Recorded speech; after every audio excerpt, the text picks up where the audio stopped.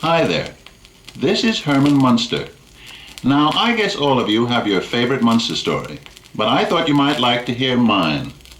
Well, it began one day when little Eddie came home from school very excited because all the other kids kept bragging about the camping trips their parents took them on. Well, Lily, Grandpa, and I agreed that a camping trip would be fun, and I thought it would be a great idea for the Munsters to go out and meet nature face to face.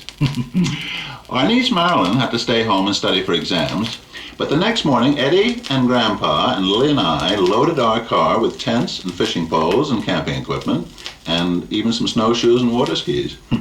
Grandpa, of course, insisted on taking his electric chair along. It was really a nuisance, but Grandpa gets such a charge out of it. Anyway, we drove out of town and hit the highway for Shadow Pine Lake, a beautiful spot in the National Forest. When we stopped at the park entrance to get our camping permit, the two rangers there must not have been feeling very well because when we gave them the money for the permit, they looked positively green. But they let us through anyway, and we found a beautiful campsite at the edge of Shadow Pine Lake. While I was pitching the tent, Grandpa complained about me pounding the stakes. Can you imagine? He said it gave him heartburn. But I finally got the tent pitched, and sure enough, Lily complained that I had put it in the wrong spot. She wanted it in the shade of a nearby tree. So the only thing I could do was to move it. I tell you, those giant redwood trees are rather heavy. But I finally moved this one to a spot that suited Lily, and we settled down for a nice weekend of camping. Eddie, of course, right away wanted to catch some fish, so I showed him how to cast the line from the shore. And you know, it was really great fishing, because in a minute I reeled in this beautiful cooked fish that looked as though it had just come out of the frying pan.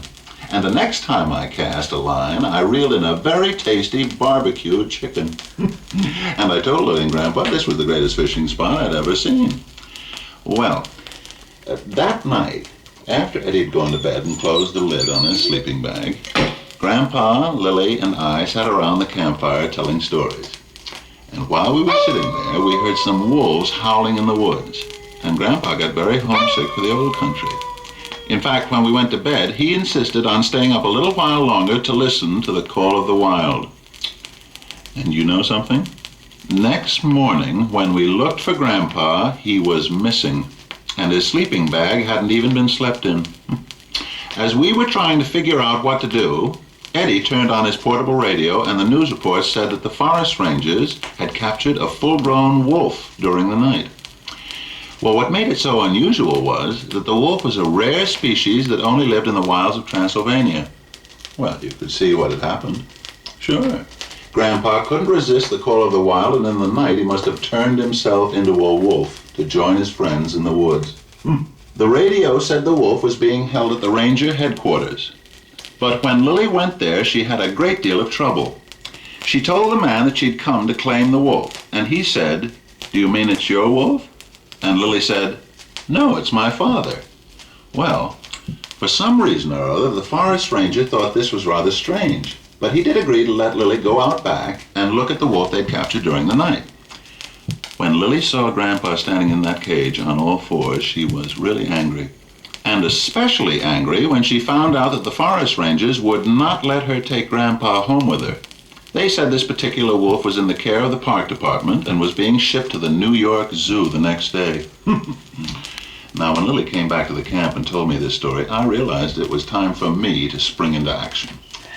So, that night I sneaked back to park headquarters and found Grandpa's cage. There he was, sitting there and scratching the back of his neck with his hind leg, just as though nothing had happened. Well, I was so angry, I picked up Grandpa by the scruff of the neck and carried him back to camp.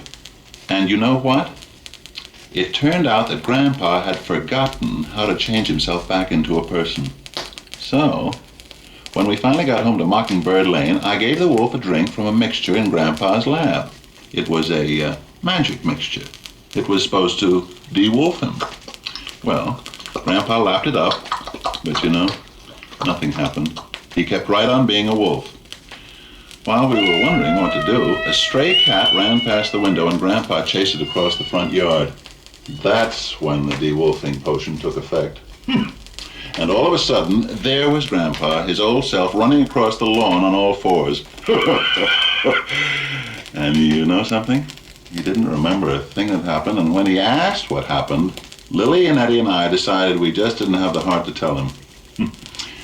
Oh, say, by the way, I hope if he ever asks you, you won't tell him either. You see, he might think it was so much fun he'd want to do it all over again.